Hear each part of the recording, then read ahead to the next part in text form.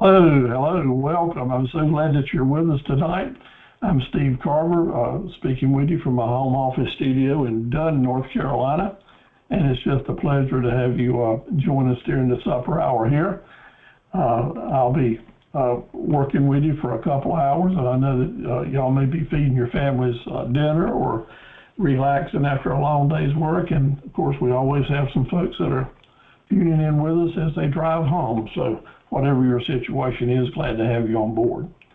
I always know that it's okay to check in late here, but I don't have a limit on the time limit that you can be late. We always welcome you to join us because I know that things just get in the way sometimes of being exactly online at 6 p.m. So don't let that stop you. You join us whenever you can, and we'd love to have you on board. Tonight we're going to be talking about, of course, we're going to be talking about marketing and a lot of different situations related to marketing. Mainly, we need something that works. We need it to be bring performance. We need a low budget if possible, and we need it to be structured. So that's the basis of my teaching for the last 15 years, and everything that I do teach, I use in my own business, so we'll be referring to that somewhat. I like to call the marketing campaign I feel comfortable with the Golden Goose campaign, because we want those golden eggs to keep coming our way. And sometimes those golden eggs just aren't sales or revenues, they have other meanings for us. So you just enjoy using that theme if you'd like to, as I do, and maybe get a little bit more out of the session. This is my presentation number 1119, and I'm glad that you're with me on my journey and letting me join you on your journey. I am not a lawyer or an accountant. I'm just a fellow 77 years old that's been in business for 50 plus years, serving customers not only in eastern North Carolina, but all over the United States and in different places around the world. And I still do it every day. I enjoy working. I enjoy meeting people and making friends and creating relationships, which will be kind of the basis of our chat tonight. We are lucky to be sponsored by the Small Business Center at the Community College in Kenansville, North Carolina, James Blunt Community College. It's a great institution with a great small business center that's headed up by Joey Wynn, the director there, who is absolutely on fire with new business opportunities, helping folks get their businesses started. And we're so proud of her and the work she's doing and just helping the folks to do it. I feel honored and privileged to be associated with the Small Business Center, having worked with them now for 15 years, and just know hundreds of different entrepreneurs that have come through the center and are doing quite well in business. If you're in that general area and you would like to have an appointment with Joy, she will welcome the opportunity to work with you. Give her a call at 910-659-6808 and set up an appointment, meet with her, and whatever your needs are. If she can't help you herself, she's got this small business network statewide. She can find someone who can give you the answers and can give you the advice you need. If you really want you to answer a survey that's going to come to you tonight or tomorrow related to this webinar, please take about 1 minute. It won't take you any longer than 1 minute to fill it out. Let her know if you enjoyed the presentation, how I might improve it, what other topics you would like to hear, and have any general information you want to pass on to the Small Business Center through that survey. They need it to justify funding, so please participate and help to keep this program alive. All right, tonight we're in class 3 of a 7-part series that we're doing. That doesn't mean you have to attend all 7 to get any benefits. You're welcome to attend one at a time. But if you do take it as a series and a 14-hour online course, then it would be a good idea for you to keep up with what I'm sending you as your login information. So tonight we're talking about creating a good marketing plan. Next week we're going to be talking about how to put it into play. to bring it alive for you, to help what we're talking about tonight start making money for you next week. So I look forward to seeing you on Wednesday nights for 4 or 5 more meetings. And if you complete some of the homework, the opportunities that you have, and participate with what's going on, we can possibly help you earn some certificates and get some awards. Forgive me for my telephone ringing. It's my time of year in my business, so all I'm doing is touching the send the message button back. When you're in business, if you have a chance to do it, you take advantage of it, because if you don't answer the phone, I know that the customers will call someone else. So I'll stay in touch with them, and as I try to stay in touch with you. So again, welcome tonight. If this is your first time that you're with us and would like to have copies of our first 2 events, I'll be glad to send you information about those. Just over in chat or in the email, just let me know that you'd like to do that. I like to send out study guides to folks that are attending these webinars to help you get more out of them than what you hear me say during a 1 or 2 hour presentation. So I'll give you lots of study guides and information that you'll be able to apply to your business and learn more and hopefully go to the next step that you want to go. So tonight's presentation has a total of 11 study guides. And if you pre-registered, Joy has already emailed them to you. And your presence here tonight, as I go over our roster tomorrow, I'll resend them to you. So look out for email from me. And you may find it in spam, because it'll be a big email with lots of attachments. So you may want to check your spam folder as well. But there's lots of information in there. Some special things we're doing tonight related to spring marketing. I usually don't do during the regular series of seminars throughout the year, but I thought this was a real special opportunity that we can go another step. Again, welcome to you all that are with me for the first time, and so many repeats. You're at our table and your name is in the pot, and we've got lots of information for you that you can fill your plate up as often as you want. There's so much stuff in here, you may not be able to get it all in one setting, but I want you to know that we're here for you, and we want you to take as much of this information and food to help keep your business going as you want. But you're under no obligation, and I'll mention a lot of things like I'm trying to motivate you, because that's what I'm supposed to do. But you take it at your own pace. But if you want to go the extra mile, Joy is in it with you, and I'm in it with you to help you go as far as you want to go during this period. Welcome to the class. I'll be keeping up with basically attendance, and if you attend at least 5 of the 7-part series here, you'll be eligible for certificates and so forth. And if you have attended a series in the past and you're just with us occasionally to do some makeup work, you need to let me know that, and I'll be glad to give you credit for your makeup series. And I noticed last week that Kendall and Angelina was with us, but we didn't get their email addresses. So if they come back on board, try to remind me to ask them for their email addresses. So thank you all for being here, and we'll keep on going. A special recognition for Sarita, for Solanke Mitchell in Roanoke Rapids. She's one of our very, very important members of the Academy, and just doing a fantastic job at her website called Crafting Chaos on YouTube. And she is a master at doing videos and really doing a good job promoting craft type products. So I always mention her as someone that we can go to learn some new ideas from. And we got Pamela with us tonight. She is a farmer marketer in Rose Hill, North Carolina. Thank you, Pam, for your continuous support and hard work and recommendations.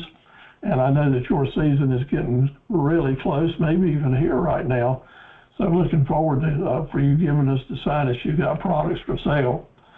Thank you for going ahead and doing your mission statement, vision, and promise statements. That's what I'd like for all of us to do. Please, as y'all others do yours, share them with us, and we'll share them. And Pam, thank you so much for the nice testimonial that you gave to us as well. Pam has done one of the things I'll ask you all to do, which is to come up with a menu of your products and or services. If for you to start selling what you're doing on the internet or to people any other way, it's up to you to come up with that menu of your products and services. Now, I will refer to those products and services as your profit centers in your business. But Pam broke it right down to the vegetables and the eggs and frozen meats and all the things she's going to be offering, and some great prices here, Pam.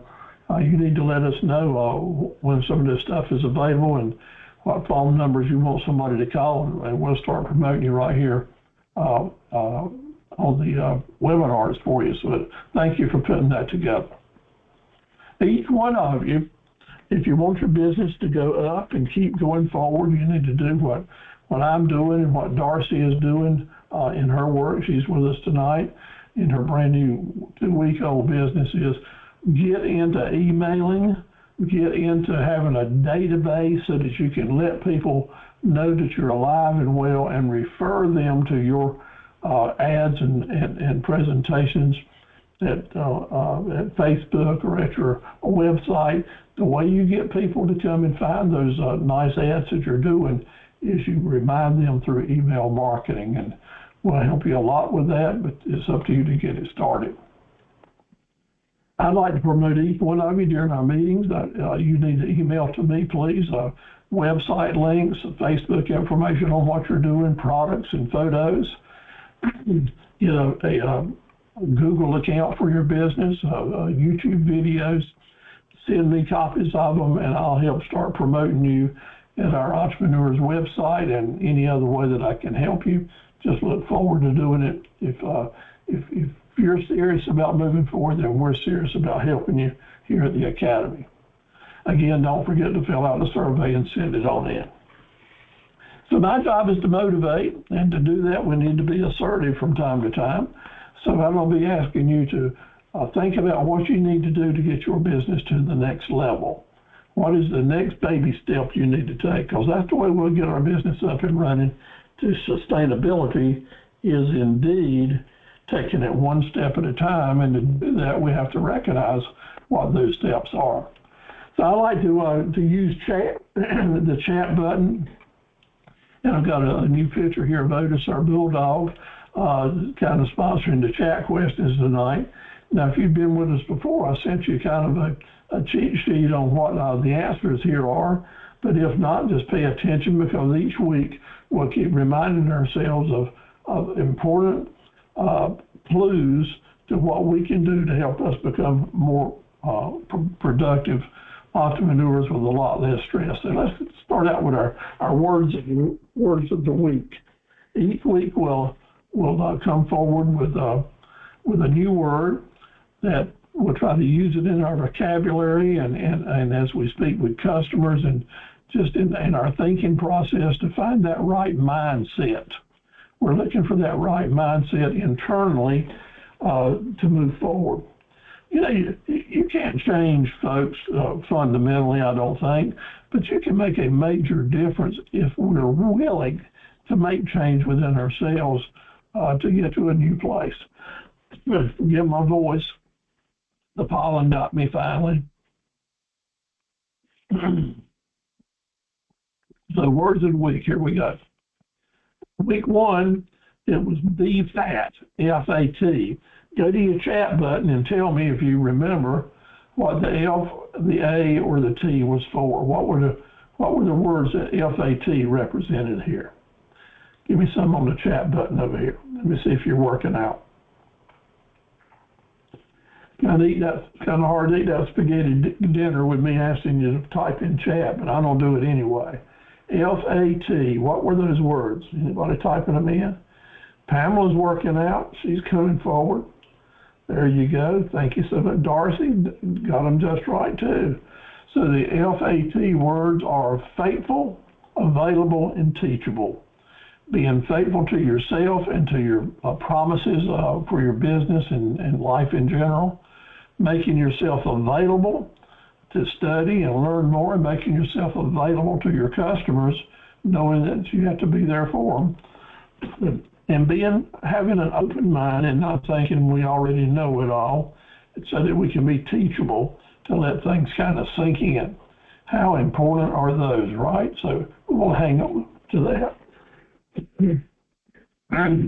Week 2, what do we want to be? In chat, let me see who knows what week 2 was, what we did last week. Pamela's typing in. Thank you. That's exactly right. Y'all can see these over in your chat button come in. My voice is trying to leave me. Committed, that's exactly right. And thank you for sharing that. We want to be committed so that we're dedicated and loyal and faithful and devoted and anchored, and we're actually making a pledge on what we've got to do to keep our businesses running forward. We're doing all this so that our customers can recognize that we're here to stay and we're working hard. We're doing all this so that our customers will recognize that we are going to be here for them for the long run. If we don't get that achieved, we're probably not going to get any good orders from them. So this is not only important for our own inner being, but also that we represent that in our mission and vision statements to let that commitment show. Week 3, which is tonight, I went ahead and gave you the answers in the email that I sent to you. So I'll go forward here. What is our third word? Our third word for this third week? It's listen. Learning to listen. And I don't put a new wrinkle in this one this time. I'm asking you to listen to yourself. Until we start hearing our own messages that we're sending out, then we won't hear what our customers are hearing. And we need to listen to ourselves to start the learning process of how we can master relationship building. Starting a new business is one part of the learning to sell and have products and doing those things is very important. But the key to keeping that business alive is to building a foundation of regular repeat customers, satisfied customers. And that will only come until we learn how to build the relationships with them. How do you build a relationship with a customer? One, we listen to what they have to say and respond to them so we know that we're hearing them as an individual, not just as a person interested in buying something. So I was talking with customers today. I had several in the Midwest, in Minnesota and in Wisconsin, and they were talking about particular pieces of equipment and back and forth answering detailed specification questions. But the very minute that I moved into, tell me a little bit about what you're doing on your farm, or how long have you been doing this? Tell me about that. In other words, moving from the product to the person. Moving from the product to the person. And immediately the atmosphere just became more relaxed. The customer knew right then that I had just as much interest in learning about them as getting another dollar from them. And I do. Because I know I may not be able to close a deal with every customer and have them send us a check, but I do know that every time you can build a relationship, that means you've got a future opportunity to do business with that customer. And that comes through building relationships. So listen to yourself as you're talking to your customers. I so much love what Darcy had to say earlier when we were chit-chatting about she had the opportunity to go speak with some potential customers. And Darcy is really good with her prose, and I'm sure that the presentation she gave was really good. So she had practiced that, I'm sure, and listened to herself to make sure she was sending out the right message in the right tone. I do that. That's one reason I enjoy doing these recordings, because it kind of keeps you honest with working hard to make them good. And of course, we all have different skill levels, but what I want to encourage you to do is remember how important mastering relationship building is for the future of your business.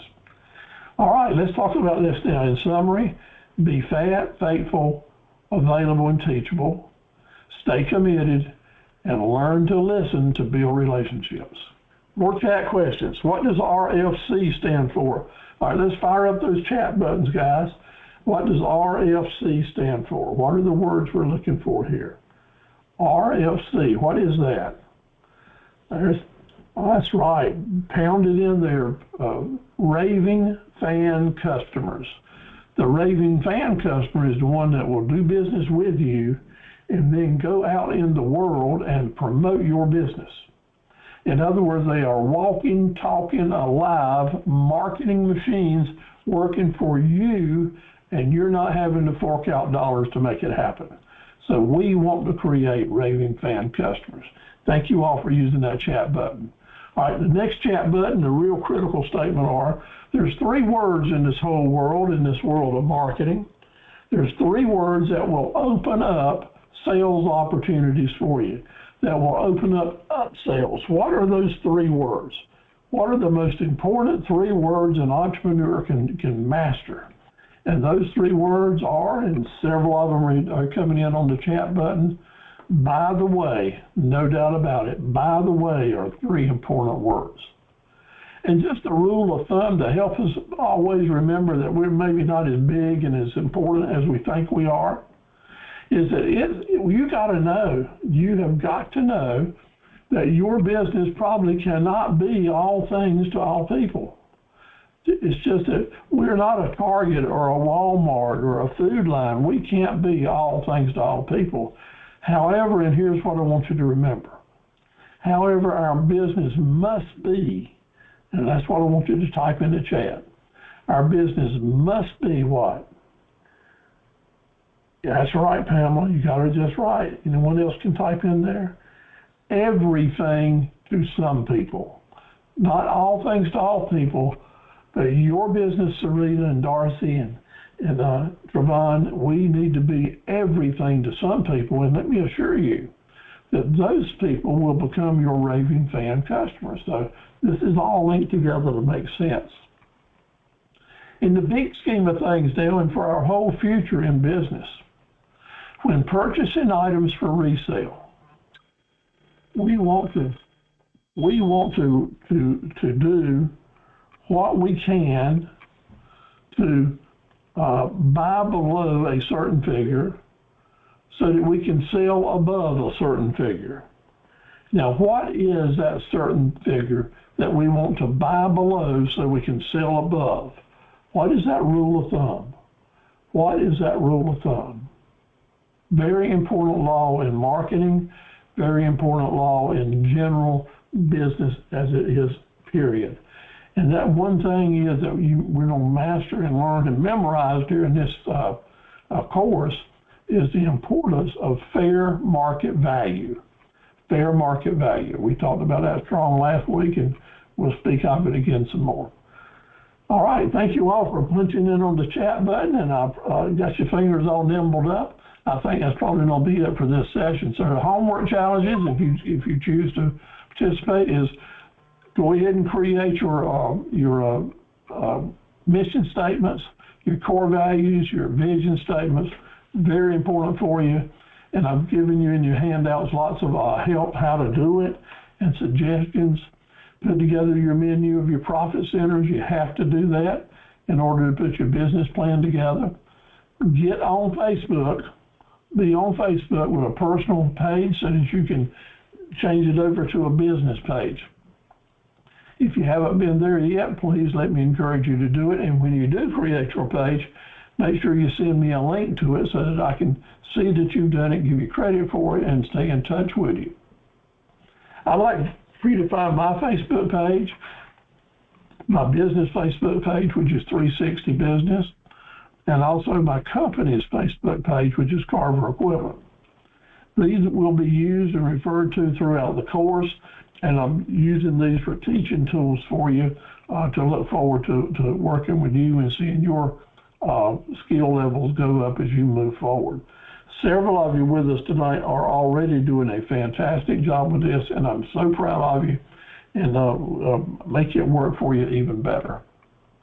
So the Academy is doing quite well. Find the Academy of Associates. Every one of you now have the opportunity to become a member, participate, be part of the family, and help us encourage all of us as businesses and share your information so that we can help you promote your business as well. Find the Academy of Entrepreneurs and Associates on Facebook. Join the group and follow it and participate there as much as you'd like. My page at Facebook, if you type in Steve Carver, if you're looking for me, there are a lot of Steve Carvers, or you can type in Anthony Stephen Carver. But when you see my picture there with just a blue sky and the sunshine, that'll help you recognize my page. Come on aboard, like me, ask to become a friend. I'd just love to have you on board. If you notice, I've got 4,800 friends already, so that means I've got room for 200 more, and looking forward to adding your names to the list. The more friends that you can have on Facebook, that means the more chances people may follow you. And the more people you have following you, when you do your ads and you share them, you automatically are sending out your ads to so many thousands of people. So keep that in mind. That's why Facebook is such a valuable marketing tool, and I'm happy to recommend it. So part of your job now is to stay in the game. That is finding the endurance to stay in the game. So let me ask you, do you know what endurance means? Staying there, right? Hanging with it. And do you want to become a successful entrepreneur with a sustainable business for a lot of years? Then you got to do what I'm doing. At 77, I'm staying in the game and learning new stuff every day and just having a ball doing it. So stay in here with me. We'll make the ball roll. 40 drill skills. Every week we talk about 8 new ones. You've got a handout that's got them all there with videos that you can go to study them even more. We're going to start out with number 17. We did the first 16 already. Define positive cash flow and define negative cash flow. What does that mean in your mind? We all have an idea that positive cash flow means we're bringing in more than we're spending out, and negative means we're spending more than we're bringing in. But I want to carry it to a new level for you. If you're serious about your entrepreneurship, then cash flow is the heartbeat and the lifeblood in your business. It takes that money to keep coming in. And I define cash flow in my world now, and you're in my world tonight.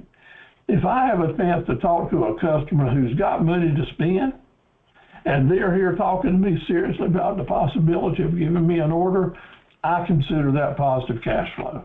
The opportunity for cash flow is here. If I don't get any of my money out of their pocket, that's negative cash flow, and I consider myself, I lost that particular inning. I hadn't lost the game, but I let a potential cash flow beneficiary get away from you. That's how serious you need to think about cash flow when you're talking, quoting with, sending emails, presenting your case to customers. Always have in the back of your mind, I need to do and say what I can do ethically and with goodwill to help encourage that customer to do business with us right now. That's the hook and hook attitude. So positive cash flow is important. I want to tell you that take it or leave it is a way a lot of people do their marketing. Here's the deal. Here's the price. You can take it or leave it. And if you leave it, well, that's okay. Hopefully someone else will come along. No, we're not going to keep doing that. It is a huge mistake. You want to, as I do, I want to send my messages to my customers. Here's the price that I need for this, or here's the asking price for it. But I don't give you lots of opportunities to pay in different ways that might suit you better. I'll have some opportunities for you to take advantage of a discount, or maybe a layaway plan, or some way or another to make you feel better about doing business with me and not leave until we have a chance to talk about it. Take it or leave it? No. Negotiate, encourage conversations? Yes. Now that may surprise you in this world of internet marketing and everything being so fast and easy that nobody has to talk to each other. No. I'm going to tell you, it may work for certain large companies doing business nationwide, but generally in entrepreneurship, Your relationship building with your customer is so important. And one way to help build those relationships is create in your marketing presentations the encouragement for the customers to talk to you and find a way that they can afford to do business with you. Now, some of you are brand new in business, and we're talking about buying products here, not selling time for money, but buying products. So if you just are afraid of that and don't know how to approach it, I'm going to give you an easy into. Whatever you're buying, when you get ready to sell it, multiply it times 3. In other words, your selling price will be 3 times what it cost you. That is a safe way to approach this, and that gives you the opportunity when you do that.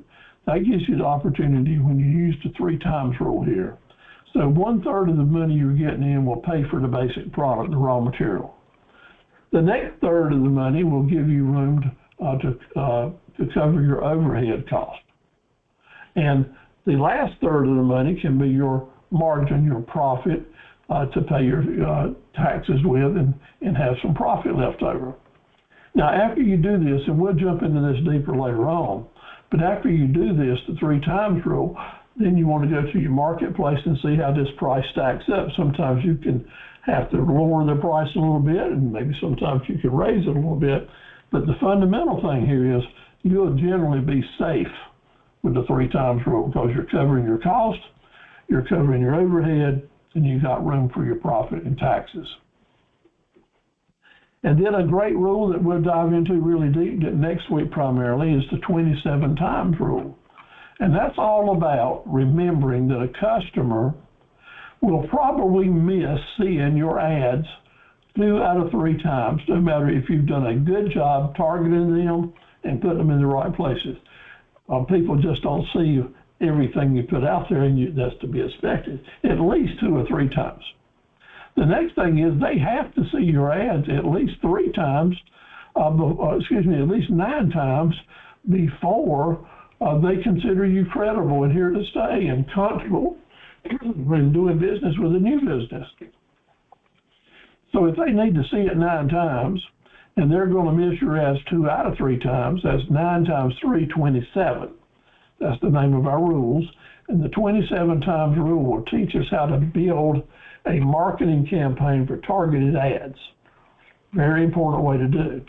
It will also, with Looking Hook marketing, also help you stop wasting money advertising and make your ads start paying for themselves. The 27 times rule.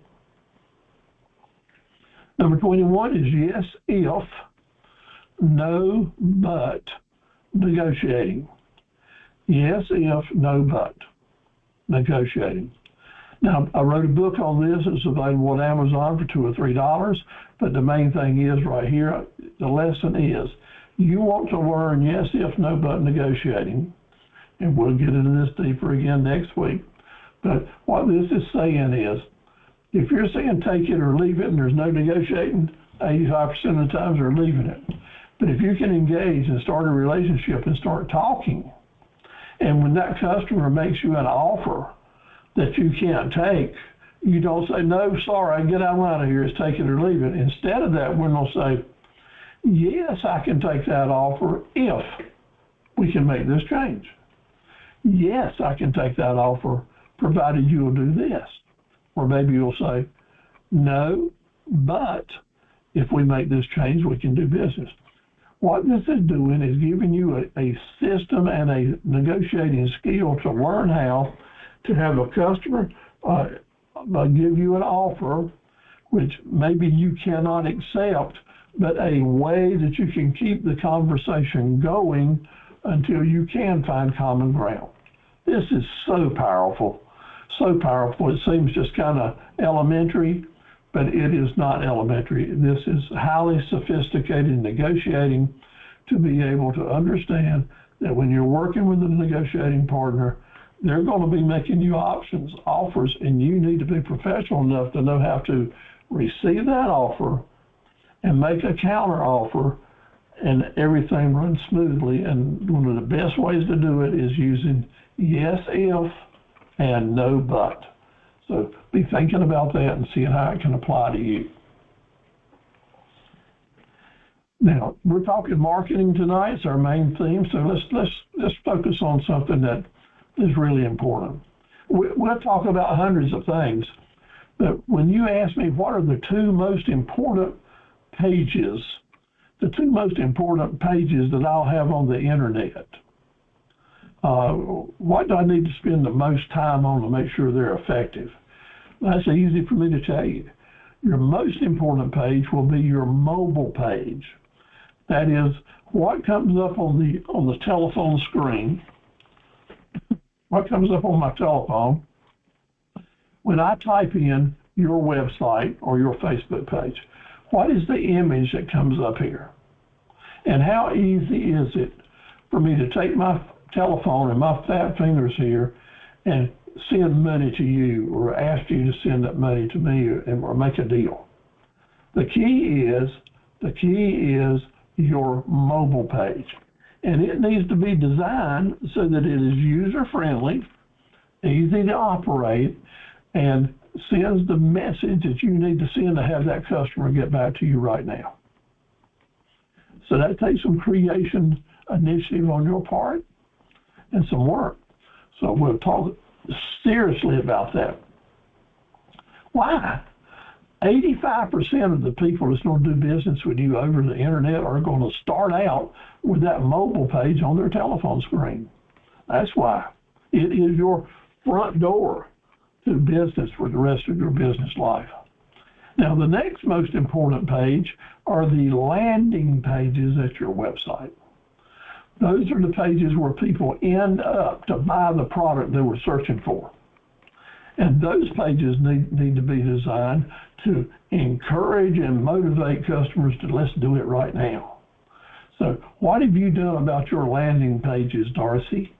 Sarita, what work are you doing to make your landing pages start paying off for you? What are you doing there? And there's lots of things that you can do, and I'll show you some things that I do on mine, but make sure you remember, no matter how good your website is, if it's not creating orders and generating orders for you, let's revisit it, okay? Building relationships with customers is a way you get them to come back. And we need that repeat business. We cannot operate just serving customer one time and then them going off and we forget them. We can't have a marketing campaign and spend a lot of money to have customers keep coming in if our campaign is not designed to grab them and hold them forever, to keep that business keep coming to you. So when customers are asked, why do you go back to that person to do business? Why do I go back to Pamela to buy my produce and supplies? What's Lucy got that keeps me coming back to her? Well, the things that keep customers coming back are 40% customer service, product quality, lighting, safety, general doing business. But 60% of what keeps them coming back is hospitality, how they feel about doing business with you. So these two factors in relationship building is, yeah, they need to recognize that we've got good customer service and do business the right way and such as that. But mostly they need to know that we appreciate their business, we are listening to what they say, and they're going to be welcome to come back, and then they become raving fan customers and encourage other people to come back to you too after you achieve good hospitality. So we have to ask ourselves, am I working on this in my business? What am I doing to improve hospitality? Now, I've got some study guides on both of these topics. If you'd like for them to share them with you, I'd be glad to. I give seminars from time to time and webinars on these subjects, so I've got some good notes I can share with you. Okay, that's kind of the bookwork part. And now I am so happy to tell you that it is springtime.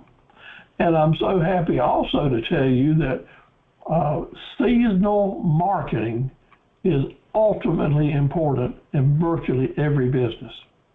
Whatever business you're in, there are seasons that are going to make your business flourish or dwindle. And we need to be savvy enough to know this is coming and to head it off and to make the best advantages of it as we can when we can.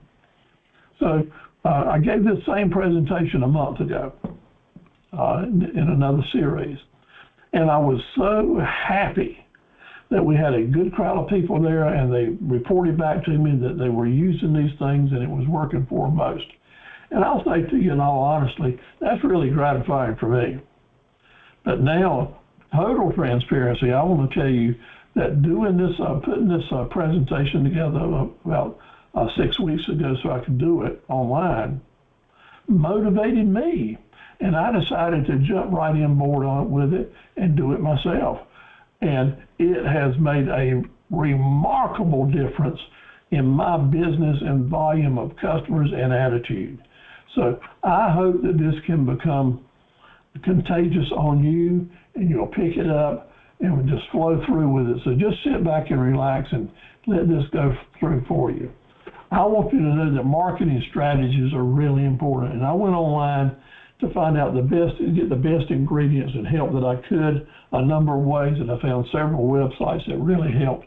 Mobile Cuisine is a fantastic website, not only for this, but other things, so I highly recommend them and thank them for sharing this information that I can share a lot with you.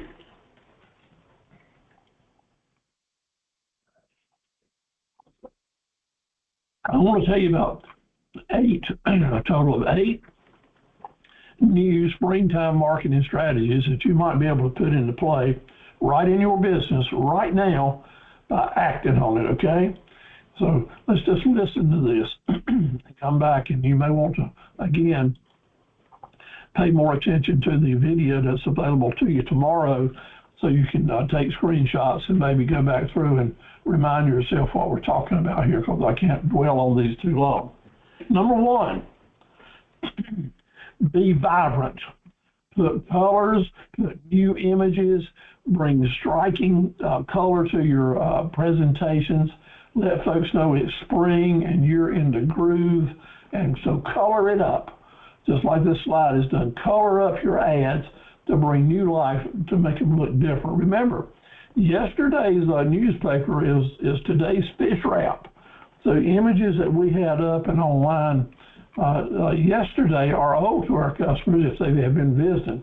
Give them something new. Number 1, go vibrant. Make it work. Find the colors. Get rid of those old Facebook pages and put some new stuff up. Make it different so they'll take a notice as to what is changing you and what's making it exciting for you, because everybody wants a little piece of that. That's what you want to do. There are some free products out there like Canva. I haven't got into it. Canva process to help you include photos and colors and graphics into your ads. I want to encourage you to explore those opportunities. Several people told me when I did this last month that this is a fantastic website and software that you can get to help you build campaigns with better and more beautiful images. Number 2 is springtime, and everybody, no matter how old or how young you are, adults, know that springtime means spring cleaning.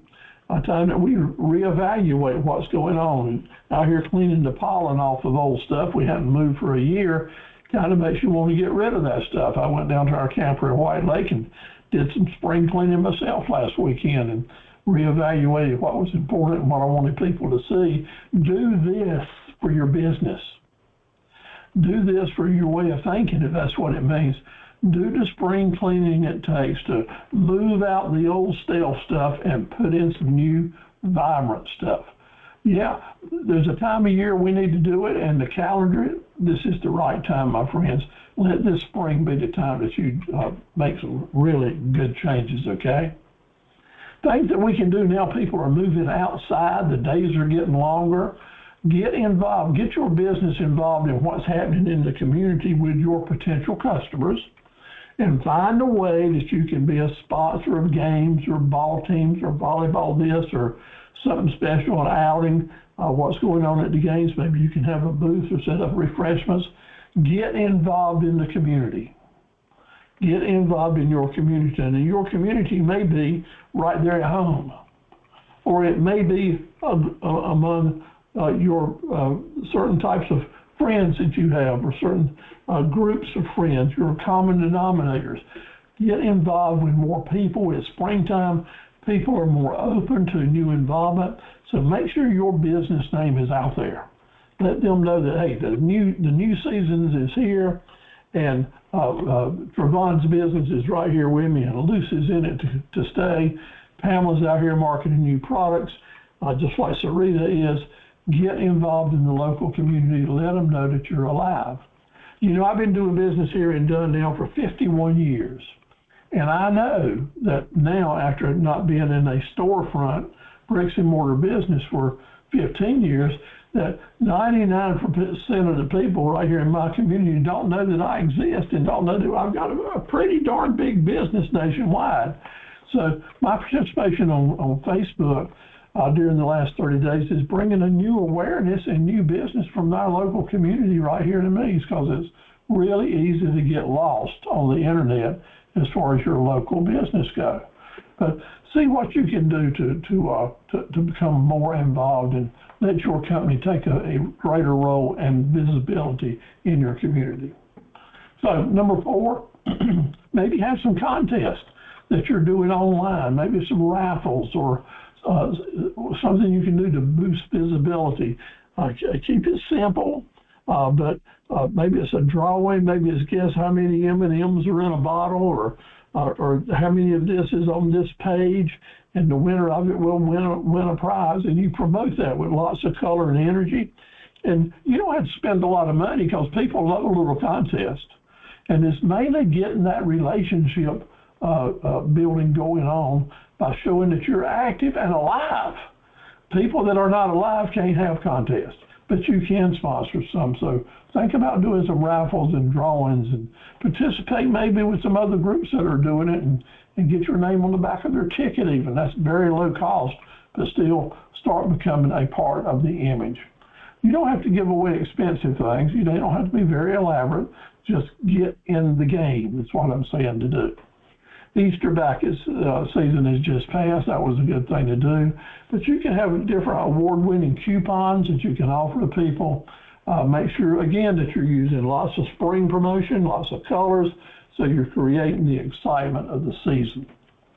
Now, we got other holidays coming up, you know, with Mother's Day, and Easter has just passed, and the Memorial Day season is upon us right now, and more spring times. Whatever's going on in your community, and each community is having these little festivals here and there, it's the right time to get on board. It's the right time to rejuvenate what's happening before June gets here. No doubt about that. Festivals are always a good idea sometimes, but you find out the ones that suit you and make them work. Let your customer knows that you're involved and that you're happy about springtime and happy for the chance to have a renewed excitement about being a part of the community. They can't get excited about you until you show them that you're excited. That's what it's all about. So this really has worked for me. I didn't think it would when I promoted it much for my business, but it did. Marketing campaigns related to tax refunds. Maybe you've got products that you're selling that you would like to take advance orders for, and people are saying, you know, I can't do it right now, I just don't have the cash flow to do it.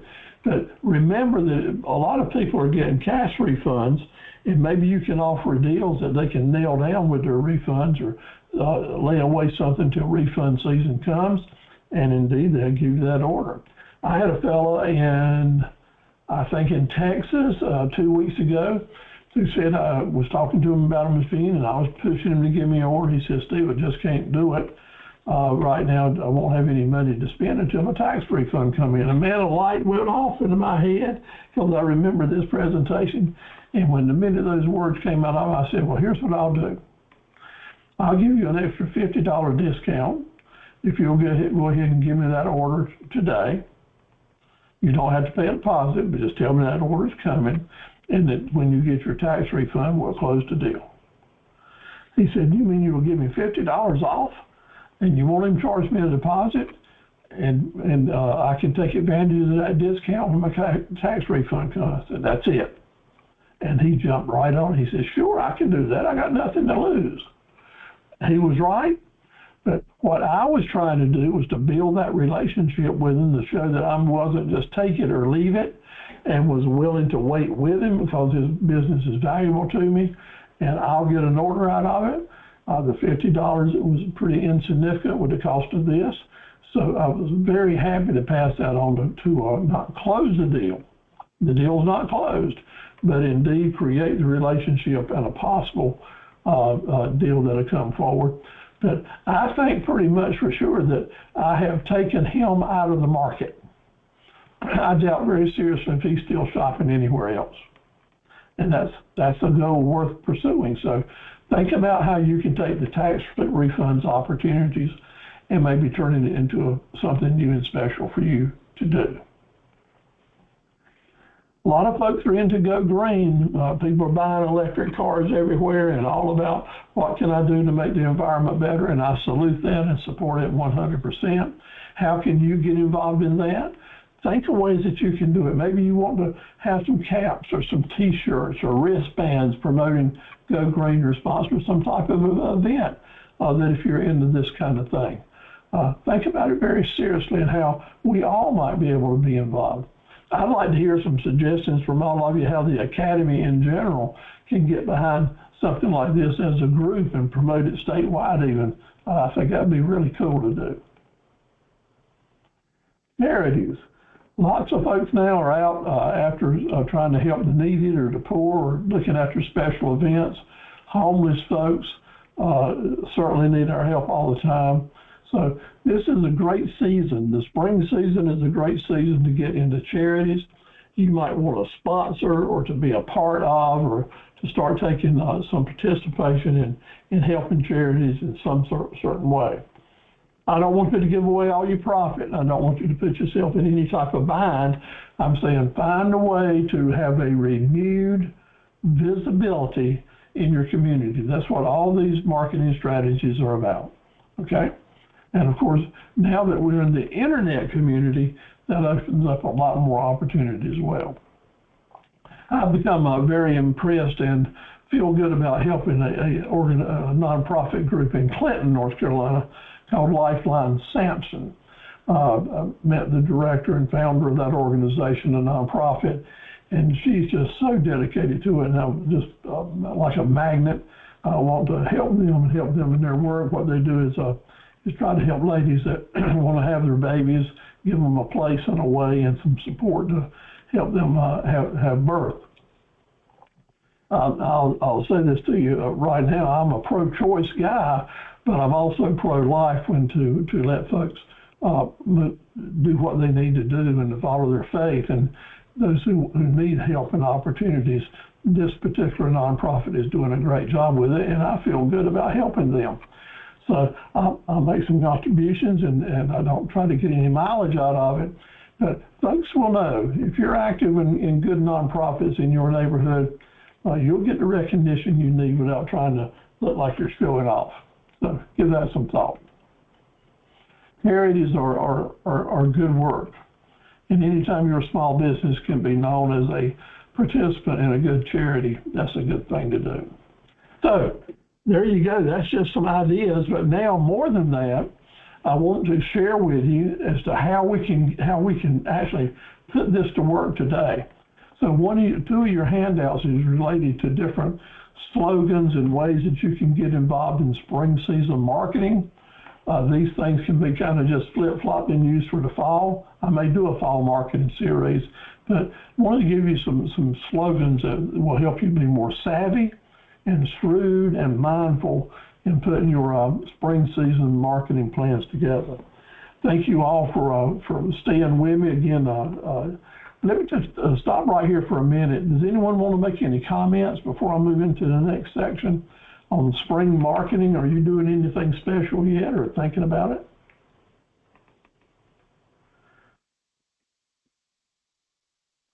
Well, Darcy's been into it deep. Everything she's done has been in the spring, so that's spring season marketing for sure. Pamela, are you ready to start a campaign with things that you're getting ready to sell as they come into bloom and into brightness? Not quite, Steve. I'm almost there. All right. Well, we're just waiting for you. Okay. Okay.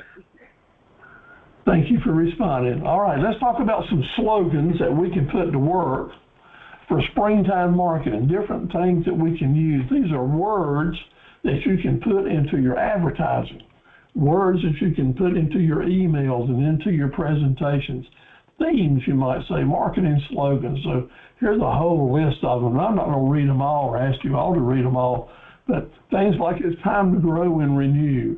Goodbye, old man winter, hello, spring savings.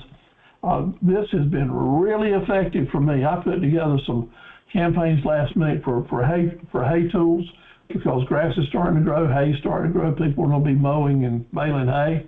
And I threw in some of these in each one of my ads, and I could just feel the magnetism when customers would call back and talk about what they want to talk about, like no time like spring. Just slogans can go a long way in helping things move forward.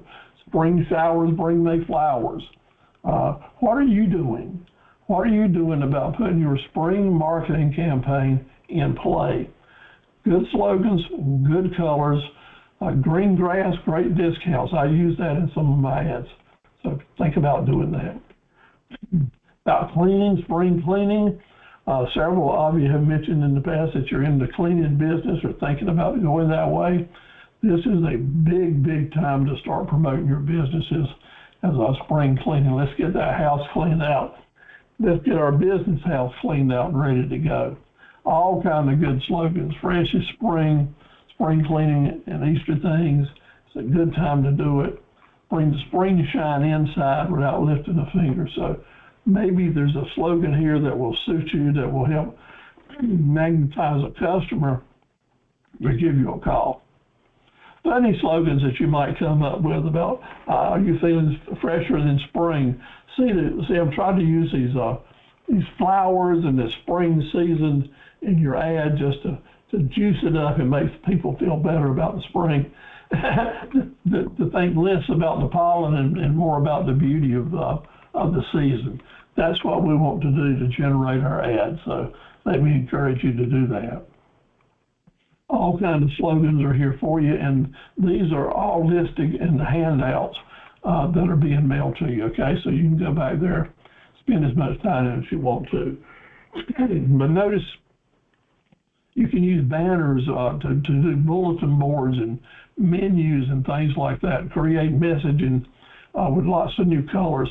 If you've been using the same old thing for a number of months, putting up some new colors with flowers and the springtime message in it can go a long way to helping a customer feel good about giving you some new business. Slogans for your banners that are saying embrace new beginnings and feel the warmth. Let's get in full bloom with our business together. These can be very powerful messages for anyone doing marketing campaigns. And I'm happy to share them with you. And again, I've used quite a few of these in the last 30 days, and they have brought me some good results. Maybe you're into t-shirts. Maybe you're not only want to sell them for your business, or maybe you're doing some giveaways. Make it new, make it refreshing, put some colors in there that will have meaning to your customers, and indeed some slogans on them that will make them excited about your business this spring. That's why I'm doing this. So just like me and you, rain or shine, we're going to be fine. And warmer days bring brighter ideas. These are just good, positive messages to share with your customers. I am so glad to have found these on the internet, to be able to share them with you. And I hope that you sell them, save them, put them to work in your advertising that you're going to start doing right now so that people can be excited about the spring season with you. Different taglines, you got a good use of those to be find taglines that you'll put on your email and at the ends of your ads, which can go a long way to creating excitement. And I've given you over 200 examples here that maybe will give you some good help. So so glad to share these with you. Again, we're very thankful to the website Mobile Cuisine. I want to encourage you to visit them because it's a great website with a lot of cool information there. So that's for spring marketing. And I get just psyched up and jacked up about it, as you can already tell, by talking so fast I'm losing my voice again. Let's get back to the basics now. We get off the springtime and get back to the basics. Now is the time for spring marketing. And the question for us, this question for you is, we know it is a big, big world out here. And we're talking about internet now. I mean, how do people find us in this huge world with a billion other websites out there, everyone grabbing for the business? What can you do? What can I do to change this great big world map with no definition for us into a map that actually gets everybody coming right straight to you? That's a challenge. That's a challenge. And we're not having these webinars because it's easy peasy. No, it's hard to get people to come to you, but it is not rocket science. It's something that you can do and that I can do to bring them right straight into your door. If you're down in Sampson County, we want to bring that customer in Timbuktu right into your computer so that you can appreciate new cash flow because you knew how to make this happen. So here's the graphic. How do we make folks, or how do we get folks all over the world to end up right on your computer screen answering your email? Well, to give you a quick look at a graphic here, the internet is like that great big pipeline up there. And through that pipeline goes all types of networks. And those networks are designed to go everywhere. But there's certain codes that you can punch in that will send a person somewhere else right straight to your machine. Those codes are like your email address and like your website address. In other words, if they punch those certain codes in, their computer and the search engines are bringing them right to you. So our objective and what our theme of our message next week is, how can we help? How can we find customers? The answer there is we help them find us. We help them find us. And one way that we can do that is our use of the search engines, social media, YouTube, our raving fan customers, the print ads that we put out there, and pay per click. There are structured ways to bring customers right straight to you, provided you get your structure set up in the proper way, and that's what we're going to be talking about. But that big old pipeline out there has got an opening for you, and at the other end, it's got an opening for your customer. The key is how to put the information in your opening and make sure it goes right straight to the outlet at their process. And that's what we're going to talk about how to do here.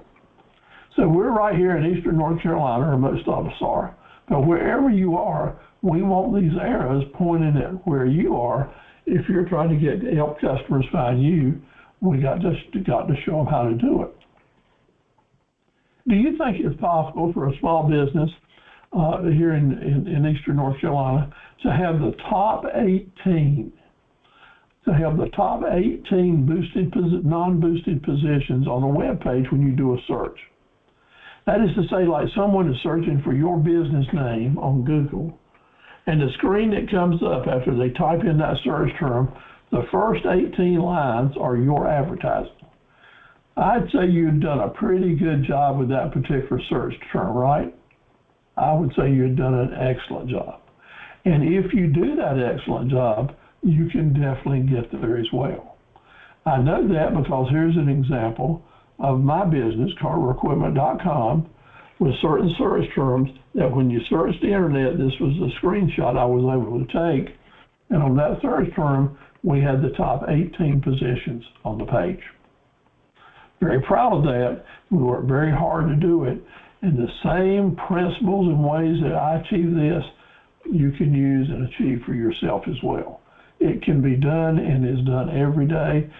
but you have to keep with it. Today, I did some more work on sponsored ads to help keep our customers easy to find us. That's what we're all about. So how do you do it, Steve-O? First, you got to set the priorities, learn the skills, and then do the homework. And if you'll do the homework that I'm asking you to do with your homework challenges and pay close attention the rest of this week and next week and for the series, you'll be able to do it yourself. So that's why we're doing it, and I'm hoping you'll be able to take advantage of it.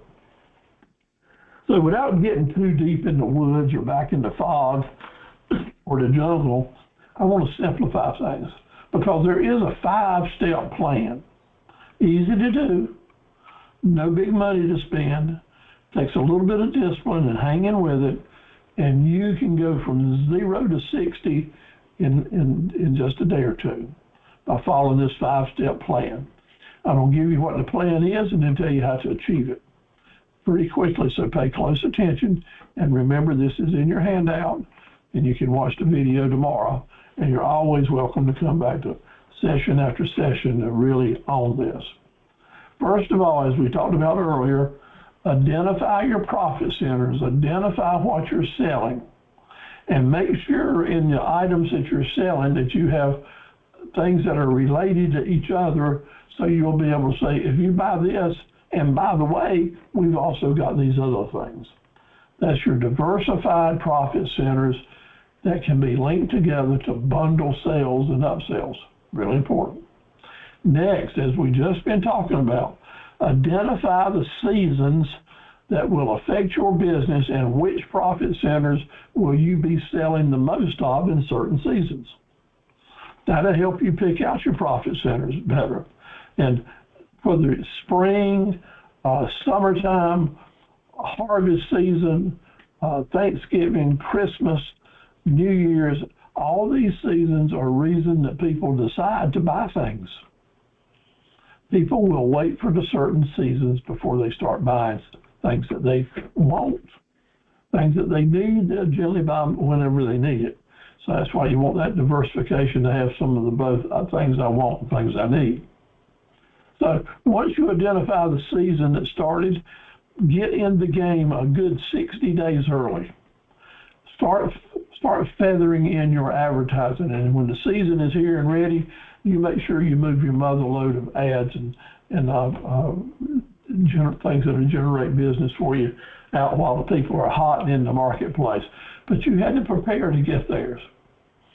Develop your pricing and your discounting, your targeting strategies. Have a plan. Develop them right now. Create your upsell item plans. Think right now about what can I put together and what will these packages be. I did this past month with hay balers and mowers and put together a preseason order package, called it a bundle, and by golly, it has been red hot. We're doing a lot of business with that, and it's related to this spring season marketing campaign I'm talking about. So I'm very glad that I listened to my own music on that. I want y'all to pay attention to. Create the videos. Make sure you've got the look and hook factors involved in your videos to send that message out as a package deal. You got your messaging, you got your videos, you got your photos, you got your bundle deals, so it all comes into making a nice thing. I don't know if you like pecan pie or not, but I can tell you I do. And I know that while I love the pecan pie, if you're going to make me one that is really good and I want a lot of it, you don't have to do more than just give me some pecans, even if they're shelled. The pecans don't make it. And the pecans aren't good to me unless they're in a pecan pie. That means you need to know how to do the pecans, to get your custards, to get your crust, to know the baking ingredients, how to present it, how to make it look good, so when it's all done and all baked, you've got a great piece of pecan pie. It's the same thing with marketing. For you to have a successful marketing recipe, there's more to it than just doing one or two things. We need to put them together in a package that will work. And that's what I'm encouraging us to do. Put your package together with everything from bundling right down to how you're going to run your ads, how you're going to display them. When are you going to do your email campaigns to send them out to get people active at the right time? Not rocket science, but this plan will help you move forward. Any questions you have about it, please send me an email, ask questions. I want to help you with your plans, put your plan together, or get started on it. Tell me what you need to do, and we'll be glad to try to help you move forward with it. Now, that was the 5 things that are going to happen, but how? First of all, your website's got to be up and running. Your landing page needs to be hot. Whether you've got a website now or not, you can have quasi websites at Facebook, at my business on Google, your YouTube channel. There's lots of ways that you can put website type marketing together without having a .com. There's lots of other ways to do it, as we're talking right here. Easiest to get involved will be Facebook. Now put your email blast database together. Now, you need a long list of email addresses of potential customers that you can start sending out constant promotions to. Because the way you don't have constant business, the way we talked about last week with that fresh bait in the water, is to keep sending out promotions, telling people which of your web pages to come to make a deal now. You may be using Amazon, eBay, or Craigslist. That's fine. That's, if you want to do that, that's a good way to reach out to other people. I personally have some reservations about that, but I do see other people that's doing quite well with it. I think you're better off to manage your own on your own Facebook platform or your own website. But I do know this, your YouTube channel, a good group of YouTube videos, which you can learn to make on your own and start right now doing it. Just like I'm making a YouTube video of this presentation tonight. Your YouTube channel is a wonderful website in itself, and it is growing stronger and stronger and stronger. Last year this time, I would have probably said that 40% of my business is probably related to YouTube videos. Tonight, I can tell you that 75% is related to YouTube videos. Not because of just what I've done, and we've done a lot, but whether I've done anything or not, all businesses that are active in the YouTube world are experiencing tremendous increases in traffic. So I don't know why you want to put this off any longer, because it is important today. Learn how to do a YouTube video and make it pay off for your business. So important. Let me tell you that when fax machines first came out 100 years ago, I thought they were the most ridiculous thing in the world. There was no reason that Carver Equipment Company needed a fax machine as long as their telephones were working. So I didn't get one for a number of years. Then one day I called the customer and asked him if he was ready to give me that order that I had sent to him, a few days ago, and just knew I was going to get an order. He says, Steve, we've already made that deal with someone else. And Friday I sent out faxes to everyone that had a fax number in their file and told them I needed to make a decision to send me their best offer. And I didn't hear anything from you. I didn't have a fax machine, and I was embarrassed because that was a forklift sale that I could have gotten and lost because of my stupidity and stubbornness, procrastination, not putting a fax machine in. I didn't do this with YouTube videos. The very minute I saw them start taking over the market, we decided to learn how to do them, even though how less than professional they were. But the very day that we started putting YouTubes up on our web pages and promoting our products, we started getting positive feedback. Please, my friends, don't keep waiting. Learn how to do your own YouTube videos and how to get them on Facebook and out in the world. And indeed, have your own YouTube channel, and it will start being just like a bricks and mortar business for you if you do it right and learn some of the rules. If you need someone to help you with that, I've got some folks I can recommend that will help you with your videos and help you manage your YouTube channel. So, but you can do it yourself. or I'm sure you've got someone in your family that possibly can help you. Don't procrastinate. It's costing you money. Now, as promised, during the first two sessions, I promised that I was going to help you learn how to do and create a raving fan customer.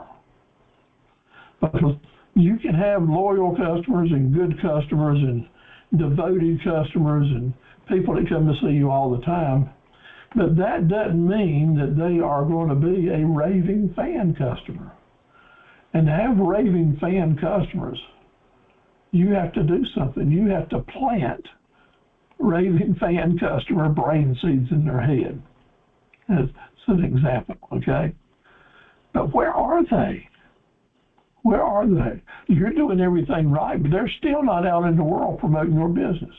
They're hiding, and you're doing it right, but they're still hiding from you. Where are those raving fan customers? Well, I'm going to tell you right now how to create them. When you have a chance to talk with them, you're going to be able to create raving fan customers by planting brain seeds in their head. Now, I know this is pretty graphic, so it won't last too long, not get too excited, but I like to think of it as if I'm taking a shovel and cracking right through their hair and their scalp and getting right down in the brain, just like in these slides here. And then I'm going to take these brain seeds like little Rice Krispies and shake them right down onto that brain of my customers.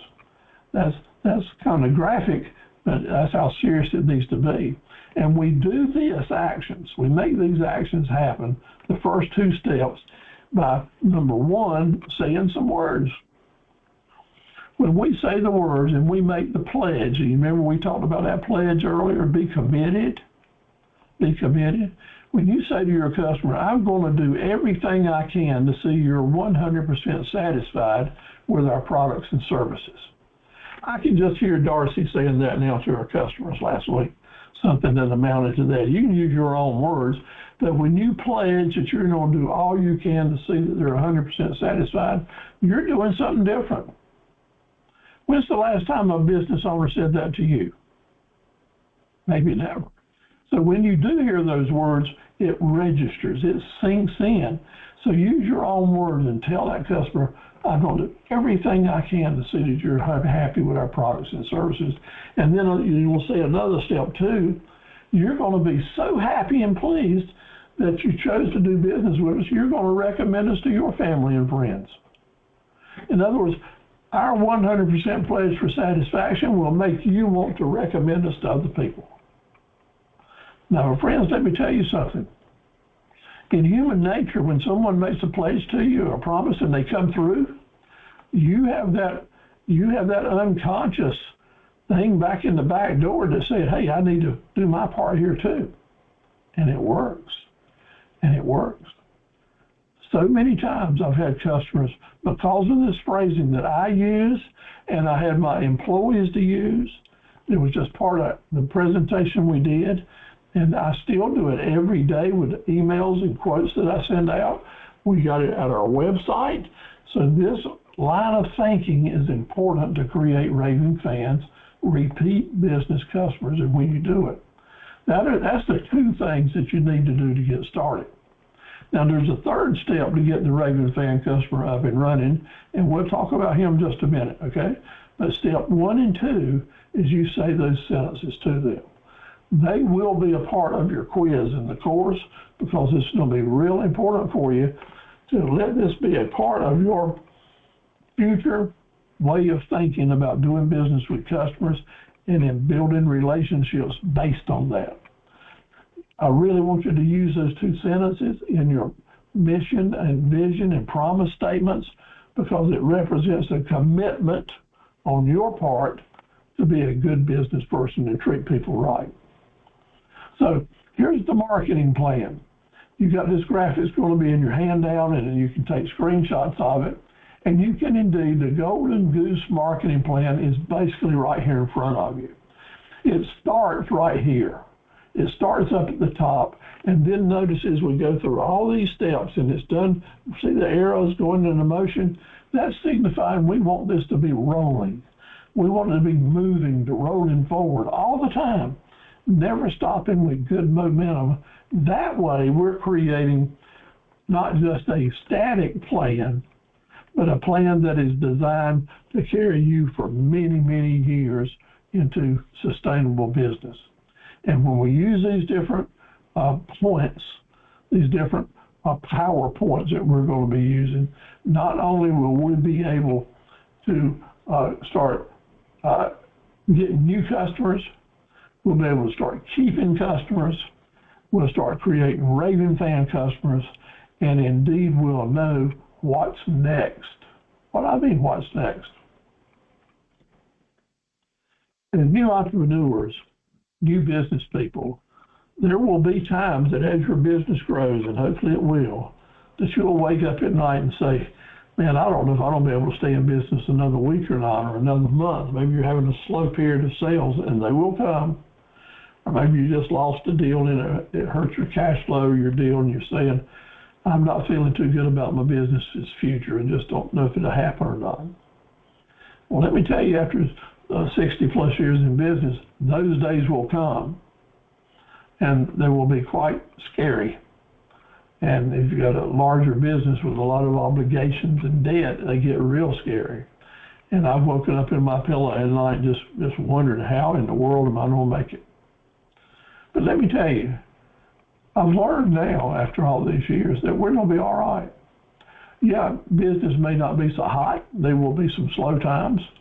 But by following this Golden Goose marketing campaign, fundamentally, right by the foundations of it and the structure, I can basically give you a lot of assurance that you'll be all right. Because this type of campaign is not only going to help you have golden eggs now, if you play it right, you'll be able to know what's next, what is in the future, by listening to what your customers are saying to tell you what's next. And if you listen to them and have that relationship with them, and you take what you hear and apply it, insert it into your marketing plan with your forecasting, then your business will have an excellent chance to be sustainable. That's why it's so important that I want you to think about doing this from a real sense. Now, I know there's a lot of people in my competitors out here in the webinar world that will tell you about, you got to do this and you got to do that and you got to do this. I'm telling you, basically, I want you to have a structure where you are covering your bases, and you will do some things one way and some things another. But it's the general theme of things that you've got a marketing plan that is building to tell you what's next. That's the key over how you design it. But let's take a look at it. We're going to start right here, as we're doing in the webinar, creating our plans, getting our menus of our products together, learning how to get our sales strategies up and running, marketing goals, advertising goals. We'll put all that together. And you can do that in 3 or 4 months. And then you'll start actually serving customers, and maybe have some customers coming in and start doing some business with you. And before you know it, you have indeed closed a sale. And when you close that sale, you used your magic words, by the way, and you got some upsells out of it to the point that, hey, man, this is good. I am learning, and things are happening. And so many of our associates have come out of these meetings and say on these events, hey, this stuff really works. The more I use it, the more sales I'm going to make. That's really gratifying to all of us to hear you say that. And then you get the golden egg. You make a sale and we make a deposit. Holy moly, we have done what we're supposed to do, and our marketing plan worked. No, our marketing plan is working. And having that sale and making that deposit is not the end of the day. It's halfway on the path to a good marketing campaign. Because once you close the deal with a customer, or maybe even don't close the deal with the customer, but creating a relationship with them where they feel good about recommending you the next time, now you're on the right path. Because after you make the deal and you make the deposit, you have got to do some things. First, get that customer's information into your database so you can start sending them out constant promotions on the new things you're adding or why they should come and do business with you now. That's critical. That's critical to your marketing campaign to be able to stay in touch with them. Now, this time of year, I get a lot of new customers coming in asking me questions for quotes, and I'll send them quotes out knowing that I probably won't get but maybe 25% response because people shop everywhere. But I indeed send them a good quotation out, and I save their email address and put it over into my database. And from now on, forever and ever, as long as they have that email address, I'll give them more opportunities to come back to our website. New web pages, new landing pages, stay in touch with them. So every time you have a chance to save that email address for future opportunities, that is critical important to you to do that. Save the information into your database. So you got that golden egg, you save the information, your marketing plan is coming right along, and now we do the follow-up. Remember we said, I'm going to do all I can to see you're 100% satisfied. And you don't prove that you were truthful until you follow up. Once you follow up with a customer that you've had a transaction with, either a conversation or an email or a letter or a telephone call, the key factor is there is no doubt about you're following up to make sure they're happy with the product they bought from you. And when you make that effort, then the bell rings and your raving fan customer blooms. That's how you water it and get a return on your investment. When you follow up, and then you get a chance to say, now, customer, when we were talking, you told me you were thinking about buying this item over in September, or didn't you mention your brother-in-law was in the market for something, or when will you be shopping again and what for? You'll be asking those survey type questions and making note of the answers so you can feed that information into your forecasting plan. In other words, when they're ready to buy, you want to be there for them. And if they gave you a date, you're going to be there a day or two ahead of time asking about it. This is when your smartness and your savvy comes into play. Are you on top of your game or not? Floating down the river on the inner tube, just taking business as it comes, is not being savvy. Staying on top of your game and taking advantage of structure opportunities for the long term, that is smart. And that is what we have to do. That is one of those priorities that we have to set up for ourselves after a week's business, to look back on who we talked to and what we did and make sure we are saving the information we can to make our business more effective in the future. More effective in the future is what's next. Gaining information today from satisfied customers will, number one, help you build your marketing campaign for the future, and number two, create raving fan customers that'll help make you see it happen. Oh man, it's better than a sleeping pill for you to have the feeling that I'm doing things right that is going to help my business in the future. So someone has just asked, let's say Darcy has just asked, do you all mind if I add your emails to my list? How about that? Darcy, congratulations. We all need to be thinking that way. And y'all need to respond back to Darcy on the chat board, or you can do that at all. That is a good way to create relationships. But the rest of that story is, and what I know that Darcy will do for you is if you share information about your business with her, she'll help promote your business when she has a chance to. How do you do that? We go to Facebook and we see one of your ads and you put it up and share it. Like it and share it. And that means, yeah, she sent an ad out and I shared it with all my friends. Well, that's another 5,000 people that'll see that ad for each other.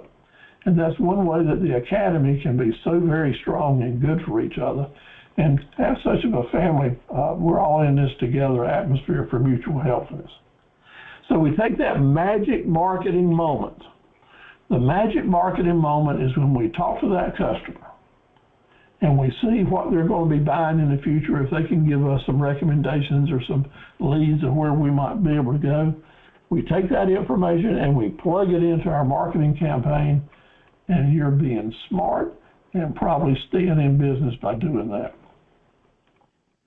So that's my spiel on the golden goose, and my friends, it really works. After 65 years in business, I can prove that it works. Now let's talk about your marketing plan, your budget. It's important for you now, because as you get into the world and you start to say, well, where do I spend my money and who do I spend it with? And you call in the magazine or the newspaper or the TV people, they're going to come to you with a plan. They're good at their business.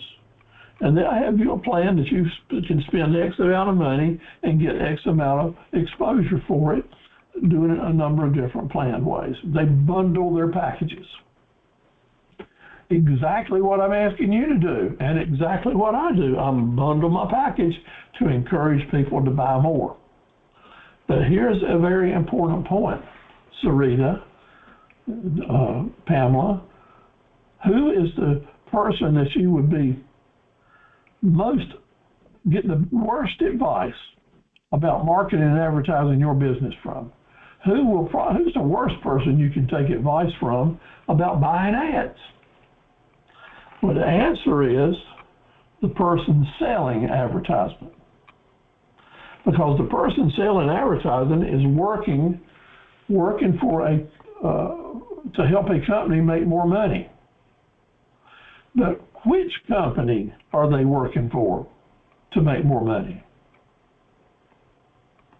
Well, it's quite obvious they're working for their own company, for their own paycheck. It's all about them and the profit they make. And I want to say to you, you don't go there. You don't follow them or hate them for doing that, but you just know that's what they're up to. Because the Papo Steve-O is here to show you we don't have an unlimited amount of advertising, and we're going to structure a budget that will work, and we don't get a return on that budget, or we're going to keep the money in the bank. We'll rely on our raving fan customers and our Facebook friends to help keep our business going. That's right. We're going to be smart. We're going to have our own plan. So instead of following someone else's marketing plan to help them make more money in their business, I'm recommending to you and begging to you, create your own structured marketing plan with a budget and stay with it. Some folks say, well, spending money on advertising is like fun. It's like going to the fair or to the carnival. Hey, let's do this, and hey, let's do that, and let's take a chance on this. Let me share with you that every penny that you spend on marketing and advertising comes from money that you've made, profit dollars that you've made by working hard and taking risk. So Steve-O's to tell you that we're not going to spend that marketing and advertising money like it's c'est la vie. It's fun. No, we don't have a budget, and we don't have a way to determine that I'm getting a return on my money. And you can do it. I'm doing it. You take some planning, and so you have to stay with it, but it beats the heck out of wasting your money. Like 99% of marketing and advertising money in today's world is wasted, no doubt about it. All right, I want to come back now and reinforce the worst marketing presentation that you can make, and that is a presentation that says, take it or leave it. I have no room to negotiate and don't want to negotiate. It's either you take this price and buy it and go forward and be happy, or I'll just wait for someone else to come by. We are not going to go there. I'm encouraging you to find ways not to go there, and sometimes you will do it just because it just happens. But we have to keep our mindset on and be savvy not to let it go. The 27 times rule is so very important.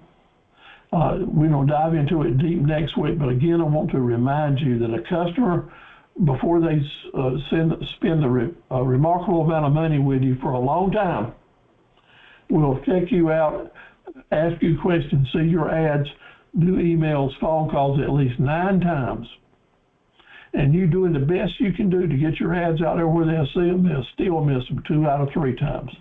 That means a 27 times plan is the way we put it together. So when I'm doing a 27 plan rule, and that is when I want to advertise something and use target advertising, as we talked about last week. Marketing is long term, targeting is short term. When I'm doing a targeted ad for something important to me, I know that it's important for me to have, on a continuous basis, a marketing plan that has small ads and information going out to my customer base and potential customers on a regular basis so that they know when I come forward with a real important ad, that it'll be for real. It's just not something that can blow off. And I'll put in those values in. So when I'm doing a targeted ad campaign, and I encourage you to do it too, remember the 27 ads, that's 3 times 9, 3 rows of 9, and then figure out what dates and what money you're going to be spending the money. This is important whether you're sending out emails, Facebook ads. Timing is important to use a calendar.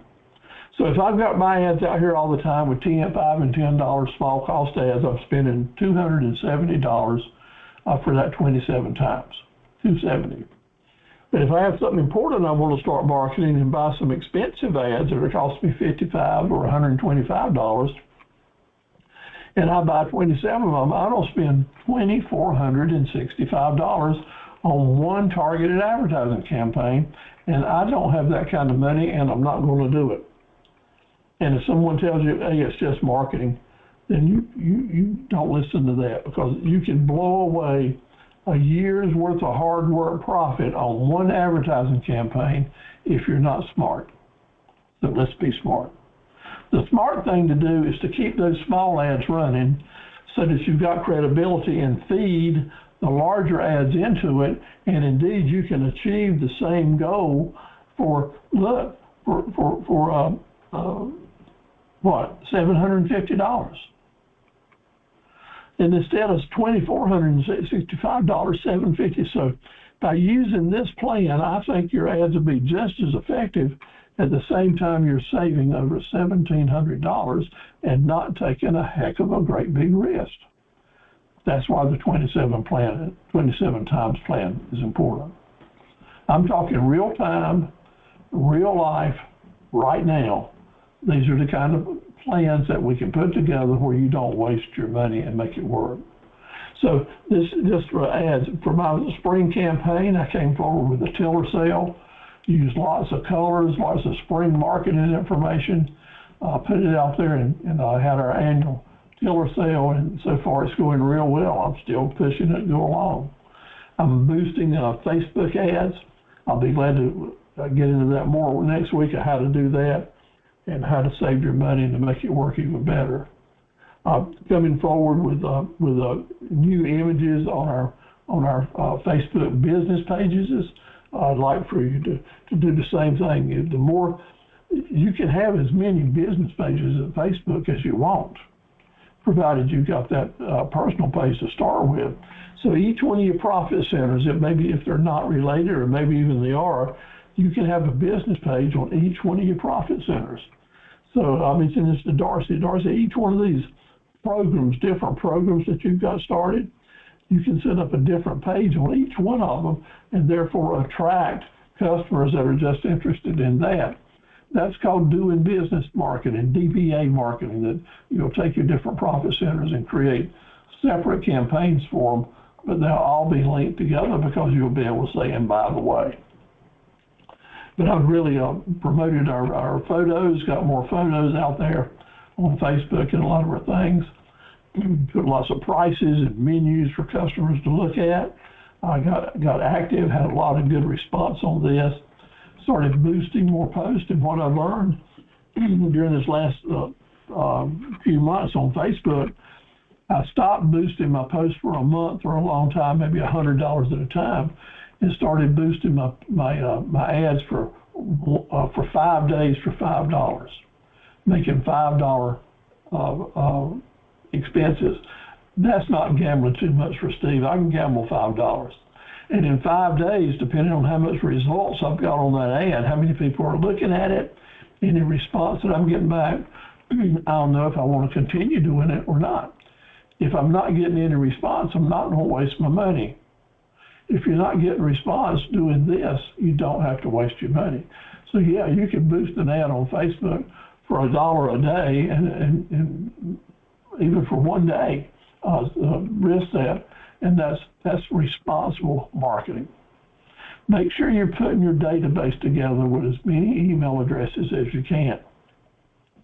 Now, if you're in an area in eastern North Carolina or central North Carolina, and you'd like to add some email addresses to your list, let me know. I don't sell any email list at all, but people that have come to me through the academy know that we're going to help each other, and I'll be glad to share some email addresses with you and to help you with your business. You need to ask me for it and tell me what you're doing and what area you're working in, and I'll try to make a contribution to your database and be very happy to do it.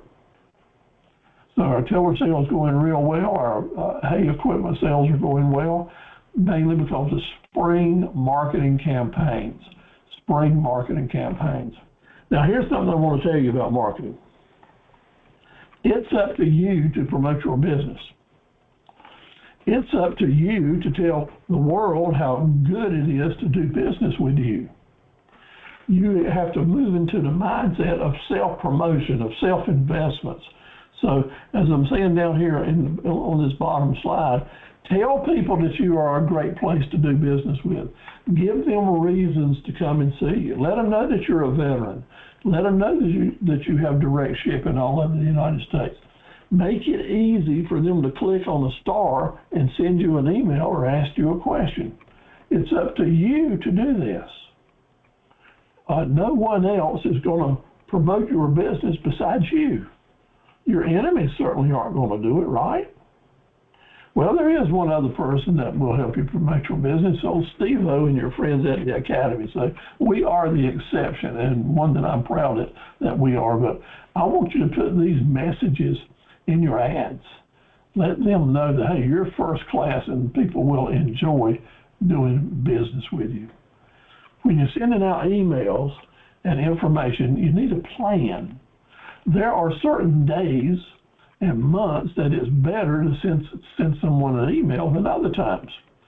For example, when someone first gets to work in the morning or first turns their computer on, if they're in business or get a lot of emails, it'll just be a flood of emails, and there'll be a lot of spam in there and a lot of junk emails in there, and people will generally clean it out. They go through all their emails and save the ones they want to save, and through that process, they erase a lot of junk mail. Now, even as important as it is to me and yours is to you, our mail may look like junk to the people we send it to, especially if they're going through it in a hurry. And indeed, they may erase it 2 times. That's why we don't send it to them 3 times. Remember that 2 out of 3? Give them the best chance. But the timing is important when you send your email. You want to wait till they clear out their box in the morning. Like you want to send them the email just before lunch. Or maybe they're clearing out email before they go home at night. So you want to send it to them around 3 or 4 o'clock in the afternoon. Whatever you're selling, whatever type of customer you're sending these to, think about that. And plan your email going out at the times you believe will be most effective. If you're selling high-ticket items, where some budget talk with the wife may come into play, then you would send maybe these out on Friday afternoons so that they have a chance to talk about them on the weekend. And then on Monday or Tuesday, noontime, you'll send a follow-up email to remind them, hey, let's get back on this subject. Thinking about how they're thinking, getting in their mind. When is the best time for you to send them those 3 emails? And do you want to do it 1, 2, 3 the same day? Probably not. Do you want to do it same day and then wait a weekend? Yeah. Or maybe if it's a regular customer, someone that you feel like is seeing your emails anyway, maybe you want to stretch it out first of this month, middle of next month, last of the following month, depending on the big word, the season. But timing your email to your seasons is critically important to the effectiveness of your work. So think about doing that. Now, if you're using MailChimp or some other mailing assisting software, which is I highly recommend, you can plug these in advance to be emailed when you say they're going to go out whenever, and do this planning in advance. Now, I'm very fortunate to have Abigail that helps me, a virtual assistant, that I will tell her what emails are that I'd like to go out and when and what time. I just send her that information. She creates the email, sets it up in the calendar, and it's done. Now, when you're using places like MailChimp, you're going to pay them a monthly subscription fee, $30, $50, $70, depending on how large your email list is. And then you can send out, I don't know how many, a lot of emails for no additional cost. The key is you pay the subscription. So it is not very expensive, but it is a super management tool to help you put a structured marketing campaign in place for the whole year if you want to. Why is this important? We're so busy helping customers and trying to hear what they say that when we are focusing on our campaign, make sure that structure makes sense to you. Now, you can go back and make amendments, but the longer you can plan ahead probably means the better campaign you're going to have because it's been planned instead of just done at knee-jerk opportunities. Your business on Google is an account that you get through Google. It is super, super effective marketing. Do it. Don't wait any longer. If you've got your business ready to do business and you want to have a My Business on Google account because you can do so much with it, it's so important for you. I won't spend a lot of time on it other than giving it the biggest check mark I can give it and you the most encouragement to do it. You can put your pictures there, your influence, and then when you've got your photos and your pricing and information at your business Google account, guess what happens? Then Google goes to that often to put your ads up, and you don't even know why or where, but your ads are being sent out everywhere because people put the search terms in. Google will find something in your Google business account a lot faster than they'll find it at your website or on your Facebook page. So you're kind of moving to the front of the pack by getting your information on My Business Google account. And I can tell you, customers are finding it there and will come to see you in a hurry, okay? Big deal. YouTube is a website in itself. If you name your YouTube videos a certain name, then when people search on the internet for it, that'll come up. And a little trade secret here now, and there's no extra money for this. This tip is probably worth $2 million to you and doesn't cost you one extra penny tonight. You do a YouTube video. Do as best you can. Fill it up with information. And after you make it, then you make it again and put a different title on it and a different title and a different title using different doing business as technology and marketing where the same video can go out to the YouTube world with as many titles as you want to hang on. I usually do 5. Same video, reproduce it 5 times, 5 different titles with different search terms. Because whatever you're selling, different people are going to look for it with a different search term. And if you have those search terms in that YouTube video title name, they're going to get found a lot faster. So keep that in mind. If you want to see some examples of it, go to my YouTube channel, Anthony Stephen Carver. And not only will you see our YouTubes we're doing for these webinars, but our equipment ads, and you'll see how I take the same videos, put different picture covers on them and different titles, so they become 5 times more effective than just doing it with the original title. YouTube don't mind you doing it. It's a good, smart thing to do, and it will make you some money. Now, that 27 times rule was really, really important. And I know I'm getting close to our time. I hope you'll stay with us. Well, I'll try to wrap this up in a hurry because I want to cover this. 27 times rule is important and will save you a lot of money, and I totally endorse it. But there's one thing that totally destroys it. There's one marketing tool that is so much better than the 27 times rule. It's a killer. What would that be? And it's simply a raving fan customer.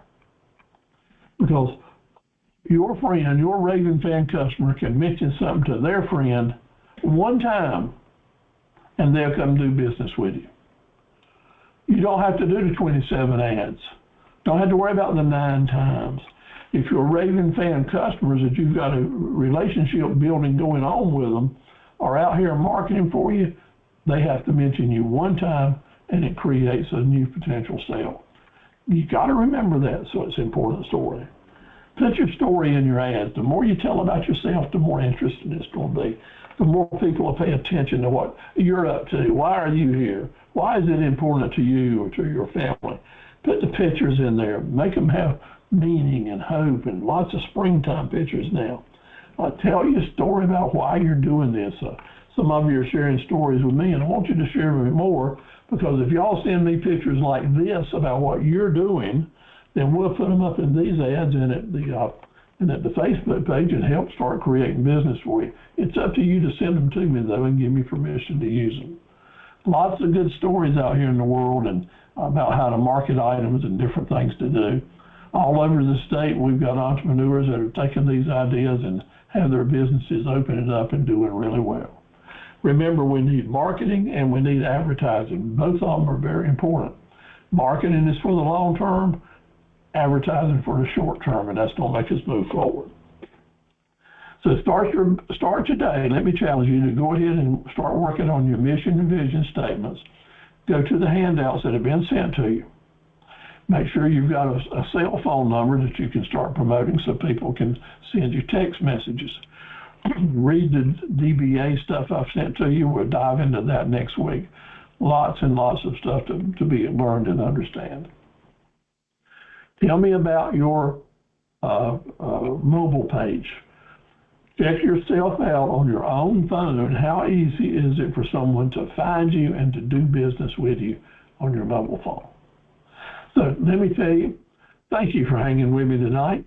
There's lots more information in your handout. I appreciate you staying with us. Remember, it's springtime, and we're in a seasonal business world. How can the seasons help your business go forward? That's what I want you to be thinking about. Next week, we're going to take these ideas and figure out how to put them into play, how to help customers find us. Really important process. So God bless you all, and I hope you have a great weekend, a great week. And it's time now for you to start sending me information about you, about your homework that you're doing. I want you all to win the certificates and the awards, and we'll help each other move along. So that's what I've got. So I'd like to say good night to everybody and best wishes to you, but we'll stay on board here and let's chit-chat a while if you'd like before we close it off, or if you have any questions. Thank you so much. Hey, Steve, I just wanted to kind of touch base on that Google. Start Google as soon as you can, your Google page, because what happens is Google's not really your best friend at first because you don't have any credibility with it. And it's not just like a magic thing where you open a page and, oh, people are going to see me. Because I obsessed. I was like number 65, and I Googled myself every day, and then I didn't know what was happening, but there's nothing you can do. It has to be organic, and the time has to be your friend.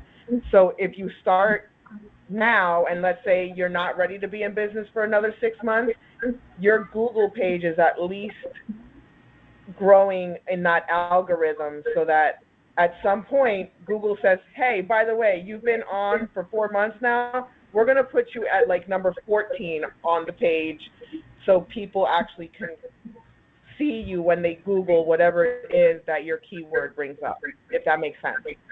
That is great advice, and I'll pick up on that. And everyone listen close. What Darcy's saying is important. Number one, you got to go there. You got to get started with your My Business on Google. But as she said, as people recognize it and they recognize that you are for real, your standings will improve. One of the things that can help is the quality of your images are very important there. Put ads in there, put prices, put good information. They look for the quality of what you're presenting, and do it often and do it a lot. So the more things you have to attract people, the more diversified your profit centers are and advertising, the faster you will grow in recognition you get. But it is such a super opportunity and at such a low cost to you. Take advantage. And Darcy, thank you so much for reinforcing that. Thank you. Anyone else? I have a question on, you mentioned database a couple of times for emails. Is there a specific platform or that you might recommend to start putting those emails as you're getting them? The first platform is your own computer Word file, where you start collecting those email addresses and just loading the file up as much as you can put into it. Then when you have a significant number, and I don't have a number, a minimum number that you want to start mailing, matter of fact, maybe there should be no minimum, but at any rate, there's 4 or 5 email platforms that will do this for you commercially. I'm using MailChimp because my virtual assistant had experience with it and recommended it, and she gets along well with it, so I do, and I'm seeing good results. So MailChimp I'm familiar with. I know that they are not hard to work with and very reasonable in their prices. But let me tell you, for 25 years I did it myself. I had my own email list. I was afraid. I didn't want to share it with anyone. I was had no interest in someone stealing my email list. So I did it myself, and you can certainly learn to do that. And I will tell you that with America Online is one platform that you can send out lots and lots of emails without them blocking you as a spammer, but you need to set it up as a business account and let them know. But if you want to have a virtual assistant help you with it, or you do it yourself through MailChimp, which is probably the smart thing for me to recommend, you can go with it. But start now gathering those addresses as much as you can. And let me share to you, don't be afraid or take a negative feeling. I don't want to be a spammer. I don't want to send people a lot of information they don't want. I don't want to do this and I don't want to do that because it will be spam. Get that out of your head. If they don't want to look at your email, they can non-subscribe or they can click you off. But you're in business to do business, and the more information you can send out here to the world, get in the game, because that's where the game is. Okay. Thank you. Any other questions about that? No, and this is Treviana. I just wanted to say thank you for all the information. I haven't started my business yet, but I've been joining seminars just to get a little more insight on everything, so thank you. Well, thank you for being with us. And I know I'm probably, I know I'm a different show because I'm coming from a different place. I've been doing business myself for over 50 years and do it today. I had in all my life in business, I had one of my busiest days today with customers, and so thankful for it and feel good about it. And so what I'm trying to do is give you real information you can put to work right now, and without any whipped cream or topping on it, just the real facts. So thank you for being with us, and I hope you'll stay with us and come back often. Yes, sir. Thank you. Yes, ma'am. Edith, glad to have you back on board with us tonight. No doubt about it. It's good to have you back, and anyone else. And let me recommend that if you have friends or associates that you think might benefit from what we're trying to do here together, please recommend they join us as well. Will do. Thank you for this. It's amazing. Question on the virtual assistants. Do you use like a platform or something, or is that something you just sought out for an individual? Well, if you're asking me What do I mean when I say virtual assistant? Is that what your question is? Yeah, I've seen like virtual assistants where you can like sign up for a company that has a bunch of virtual assistants and then they assign someone to you. I was just curious if you went through some sort of like website for that, or what method you went about to find your virtual assistant? First of all, I haven't had any experience, negative or positive, by going to a business that offers individual virtual assistants, and I know there are plenty of them out there. I've had my best luck by word of mouth and dealing with my personal contacts and references. So I've got, for example, about 4 people I know that are good personal assistants. One of them is on board with us tonight, being Sarita down in Clinton. She does a world of different tasks. Each person might have a different strong suit that they can help you with. And so when I know what type of assistance you need, I can recommend people that's been a part of these classes for years that will be, well, first of all, they're going to be very reasonable in prices, because when you hire one through a company platform, you're having to pay for the company plus for the assistant, so you're paying double. There's a middleman there, so I might want to keep that in mind. Okay, thank you. And let me mention also the small business centers will also have a good a group of virtual assistants that are ready to go to work without having to go through the middleman, so to speak. And thanks for the question. It's a great question.